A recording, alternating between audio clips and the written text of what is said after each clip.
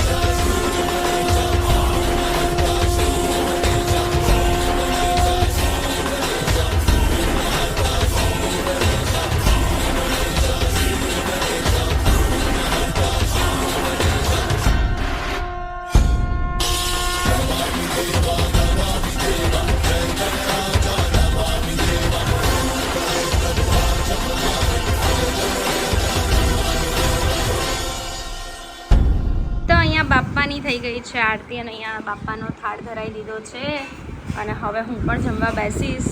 તો અત્યારે સામા પાંચમનો ઉપવાસ છે આજે, એટલા માટે થોડું થોડું ખાઈ લઈશું. વધારે ખાવાનું નથી, એક જ ટાઈમ ફરાળ કરવાનું હોય એટલે. તો ફટાફટ હું જમી લઉં.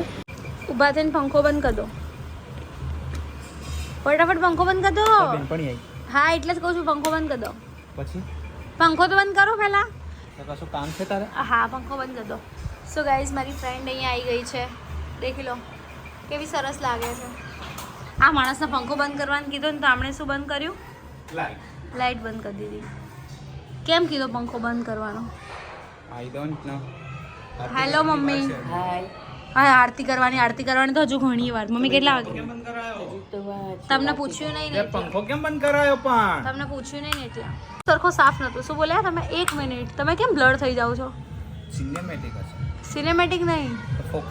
ફોકસ નહીં લેતો હોય તારો કેમેરો મારા ઉપર. બરાબર. તારા કેમેરામાં ડખા છે. મારા ફોનમાં ડખા છે. ફોન નવો લઈ આપો એટલે. આ જો કોકે મસ્ત મસ્ત ગીતો બહાર ચાલુ કર્યા છે. ફટાફટ બંધ કરો દરવાજો, આપણે તો કોપીરાઇટ આવી જશે.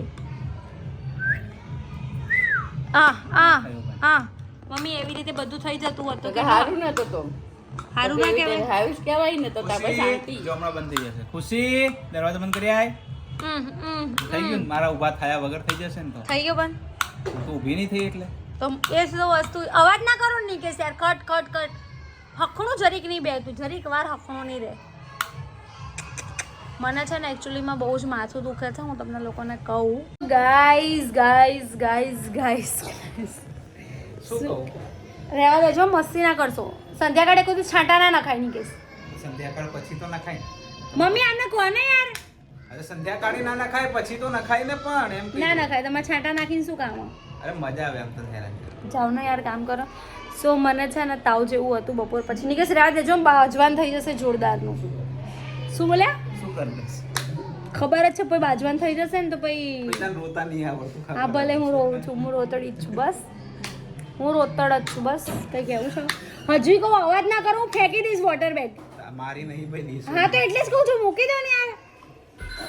માનતા નહીં તે જીરીક વાત. મારા ઘરમાં છે ને નિશિવને સાચવવો સારો, પણ આમને સાચવવા બહુ અઘરા છે. બહુ હેરાન કરો છે એમ. હું ક્યારેક જ હેરાન કરું યાર. 9 થી 6 તો હું હોતો નહીં. બરાબર. સોરી 9 થી 6 નહીં. 9 થી 6 મેં કહીશ કોઈ દિવસ 9 વાગે તો ઉઠતા નહીં. બરાબર 9 થી 6 ની વાત કરે છે. ઓકે સો હું કહી દઉં હું કહી દઉં મારે છે કે આવું છે. ઓકે સો મારા છે ને બપોર પછી તાવ જેવું હતું એટલા માટે તો તાવ હતો, મને પગ બહુ દુખતા હતા, બહુ જ માથું દુખતું હતું. હું ઊભી થઉં તો મને બહુ ચક્કર આવતા હતા. એટલા માટે થઈને અમારે લોકોને જવાનું હતું એણાસણ મંદિર દર્શન કરવા માટે, બટ ના જઈ શક્યા કેમ કે તબિયત સારી નથી. એટલે નિકેશ આજે ના પાડી, કાલે સવારે જવાનું કીધું છે. અને અત્યારે ફરી આપણે જે બાપાની આરતીને બધું ઉતારવાનું છે, પણ 9, 9:30 ઉતારવાનું છે. અત્યારે 7:15 થઈ ગયા છે. એટલે અહીંયા લાઇટને એવું મસ્ત કરી દીધું છે. હમણાં થોડા દિવસ તમને છે ને બધું બાપાનું વધારે પડતું જોવા મળશે, અને કોના કોના ઘરે બાપા આવ્યા છે, કોણ કઈ રીતે સેલિબ્રેટ કરે છે, કોના ઘરે કેટલા દિવસ રાખવાના છે.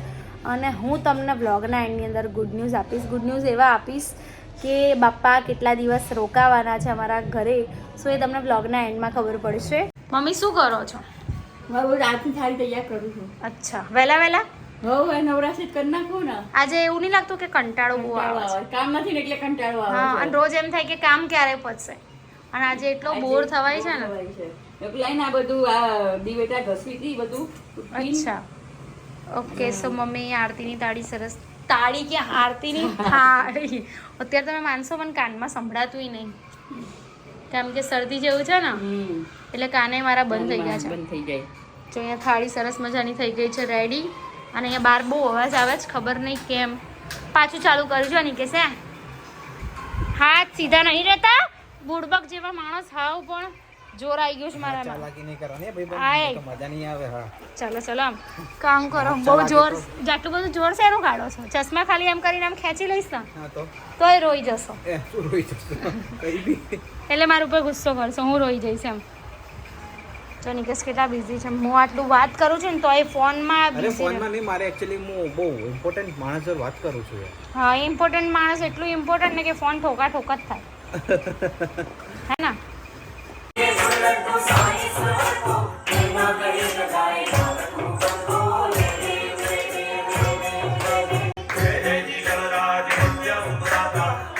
સો ગાઈઝ અત્યારે મસ્ત મજાની આરતી થઈ ગઈ છે પૂરી, અને વાગવામાં 9:45 થઈ ગયા છે. અને જોરદારનો આજે એટલો કંટાળો આવી રહ્યો છે ને, કેમ કે આજે સામા પાછળમાંથી કંઈ જમવાનું નહોતું બનાવવાનું. નિકેશે કેવું હોય કે મારે મમ્મીને ના ખાવાનું, તો નિકેશ એમને કોઈ બહાર જ કંઈક ખાઈ લે, એટલા માટે એમણે આજે જમવાનું બનાવવાની પણ ના પાડી. એટલે બહુ જ બોરિંગ દિવસ ગયો. અને અત્યારે હું વ્લોગ એન્ડ કરીશ કેમ કે વધારે પડતું પછી કાંઈ મતલબ નથી શૂટ કરવાનું, બિકોઝ કાંઈ એટલું ઝાઝું છે જ નહીં. તો આજના વ્લોગમાં આટલું જ હતું. વ્લોગ સારો લાગ્યો હોય તો લાઈક, કમેન્ટ, શેર, ચેનલને સબસ્ક્રાઈબ કરી દો. મળીએ કોઈ નવા બ્લોગ સાથે. ત્યાં સુધી હરે કૃષ્ણ.